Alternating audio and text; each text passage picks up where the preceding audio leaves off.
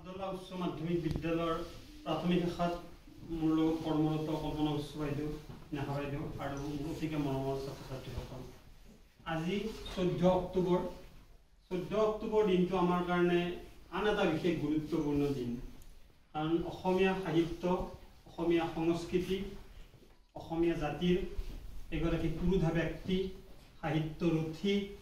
ৰসৰাজ বুলি যাক আমি জানো তেখেত আছিল লক্ষ্মীনাথ বেজবৰুৱা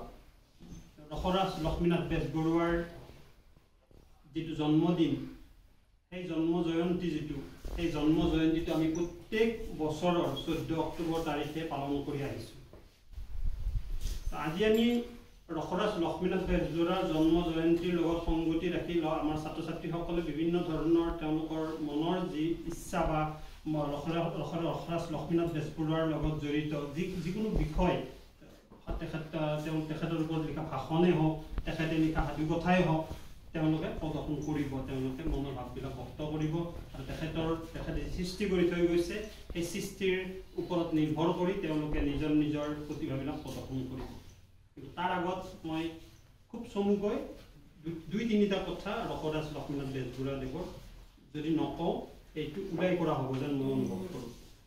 তো ৰসৰাজ লক্ষ্মীনাথ বেজবৰুৱা কোন আছিল এই সম্পৰ্কে আজি আৰু আমাৰ এইটো নতুন প্ৰশ্ন হৈ থকা নাই কাৰণ ৰসৰাজ লক্ষ্মীনাথ বেজবৰুৱা আছিল অসমীয়া সাহিত্য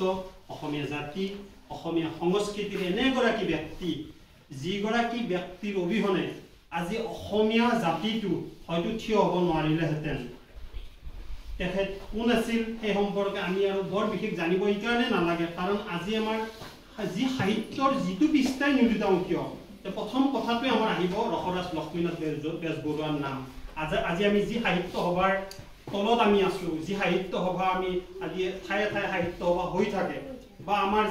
যি আমি পুথি আমি পঢ়ো বা ল'ৰা ছোৱালীক যি আমি সাধু কথা শুনাওঁ সেই সাধু কথা বা আমাৰ যি ধৰ্মীয় যিবিলাক আলোচনা সকলোতে তাৰমানে ৰসৰাজ লক্ষ্মীনাথ বেজবৰুৱাই এনেকুৱাকৈ সৃষ্টি কৰি থৈ গৈছে যিবিলাক সৃষ্টি হয়তো তেখেত যদি এই পৃথিৱীত জন্ম নাপালেহেঁতেন তেতিয়া হয়তো অসমীয়া সাহিত্য সংস্কৃতি হয়তো জীয়াই নাথাকিলেহেঁতেন তেখেতে ভৰপূৰভাৱে অসমীয়া সাহিত্য সংস্কৃতিক চহকী কৰি থৈ গৈছে আজি আমি যেনেকৈ মহাপুৰুষ শ্ৰীমন্ত শংকৰদেৱৰ কীৰ্তন পুথিখন অসমৰ প্ৰতিঘৰ মানুহৰ ঘৰে ঘৰে আছে তেনেদৰে আছে ৰসৰাজ লক্ষ্মীনাথ বেজবৰুৱাদেৱে লিখি থৈ যোৱা বুঢ়ী আইৰ সাধু এই বুঢ়ী আইৰ সাধুখন আজি 7-8টা ভাষাত বিভিন্ন প্ৰকাৰে অনুদিত হৈ গৈছে নিশ্চয় এইটো কথা এইটোৱে প্ৰমাণিত কৰিব তাৰমানে এইখন ৰসৰাজ লক্ষ্মীনাথ বেজবৰুৱাৰ যি বুঢ়ী আইৰ সাধু এইখন এখন দেশত এখন সাধাৰণ পুথি যেন লাগে এখন সাধু পুথি কিন্তু এই সাধু পুথিখনৰ ভিতৰত প্ৰত্যেকটো সাধুৰ ভিতৰত এনেকুৱা কিছুমান নীতি শিক্ষা আছে যি নীতি শিক্ষা হয়তো আমি আন ক'তো বিচাৰি নাপাওঁ যি নীতি শিক্ষা ইমান বুদ্ধিমত্তাৰে লক্ষ্মীনাথ বেজবৰুৱাদেৱে প্ৰদৰ্শন কৰিছে লক্ষ্মীনাথ বেজবৰুৱাদেৱে কৈছে যে ল'ৰা ছোৱালীৰ মনত ইমান সুন্দৰকৈ সোমাই গৈছে অস্ত্ৰৰ দৰে সোমাই গৈছে ইমান সুন্দৰকৈ সোমাই গৈছে যাতে আমি জ্ঞানটো যাতে ছাত্ৰ ছাত্ৰীয়ে সহজে ল'ব পাৰে কিন্তু আমি এটা কথাত এইকাৰণে দুখ প্ৰকাশ কৰোঁ যে ৰসৰাজ লক্ষ্মীনাথ বেজবৰুৱাৰ সাধু পুথিখন প্ৰত্যেকটো ক্লাছতে এটা সাধু পুথি থকাটো আমি বিচাৰোঁ যিটো কিন্তু আমাৰ যি অসম জাতীয় বিদ্যালয় বা অন্যান্য যি উচ্চ পৰ্যায়ৰ স্কুলবিলাকত কিন্তু ৰসৰাজ লক্ষ্মীনাথ বেজবৰুৱাৰ সাধু কথা সোমাই গৈছে কিন্তু আমি অলপ অনুভৱ কৰোঁ যে আমি অলপ ৰসৰাজ লক্ষ্মীনাথ বেজবৰুৱাদেৱৰ পৰা অলপ পিছুৱাই থকা যেন লাগিছে কাৰণ প্ৰত্যেকটো ক্লাছে ৰসৰাজ লক্ষ্মীনাথ বেজবৰুৱাদেৱৰ সাধু পুথি আমি বা সাধু কথা আমি পোৱা নাই আমাক তেনেকুৱা পাঠ্যপুথি আমি বিচাৰোঁ তেনেকুৱা আমি কাহিনী বিচাৰোঁ যি কাহিনী ল'ৰা ছোৱালীয়ে হয়তো কিনি নপঢ়িবও পাৰে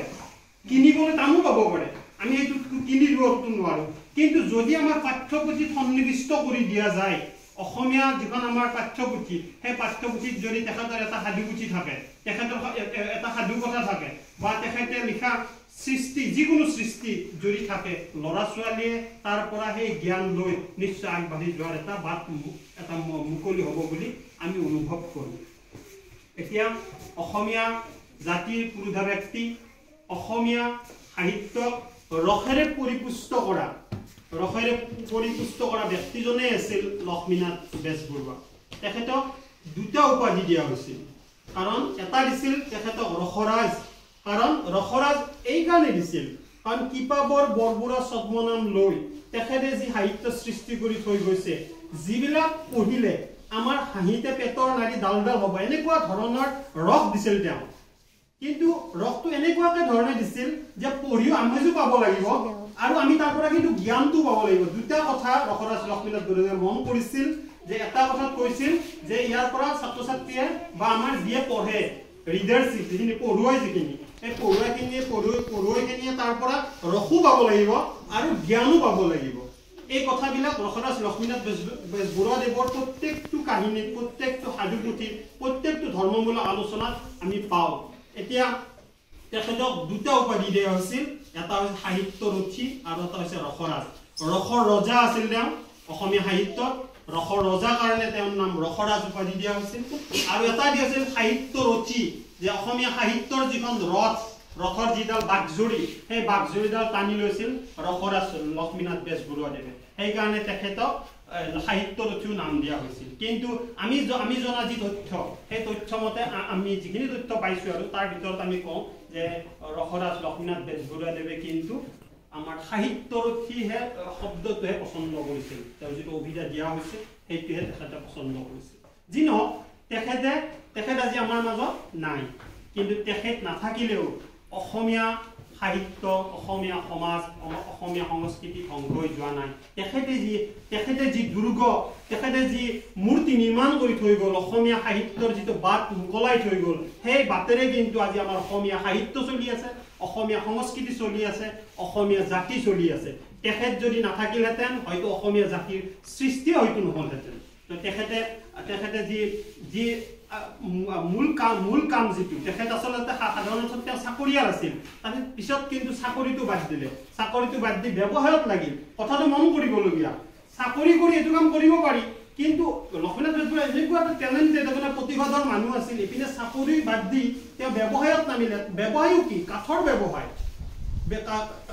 ব্যৱসায়ো কৰিছে আৰু সাহিত্যও কৰিছে সাহিত্য এনেকে কৰা নাই যে কেইটামান কিবা এটা লিখি থৈ বহি আছে এনেকুৱা নহয় সব ক্ষেত্ৰতে তেখেতৰ দখল অভূতপূৰ্ব মানে অসীম গতিকে সেইকাৰণে আমি কওঁ যে আজি আমাৰ কেৱল 14 অক্টোবৰেই নহয় প্ৰত্যেকটো দিন প্ৰত্যেকটো ৰাতি প্ৰত্যেকটো বছৰ আমি ৰসৰাজ লক্ষ্মীনাথ বেজবৰুৱাদেৱক মনত ৰাখিব লাগিব আৰু তেখেতে যি ৰাস্তা দেখুৱাই থৈ গৈছে সেই পথেৰে আমি বাট বুলিব লাগিব মই আৰু বিশেষ নকওঁ কাৰণ মোৰ পিছত ছাত্ৰ ছাত্ৰীসকল আছে ছাত্ৰ ছাত্ৰীসকলে ক'ব কল্পনা বৈশ্য বাইদেউ আছে কল্পনা বৈশ্য বাইদেউ দুআষাৰ নিজৰ মনোভাৱ ব্যক্ত কৰিব এইখিনি কৈ মই মোৰ বক্তব্য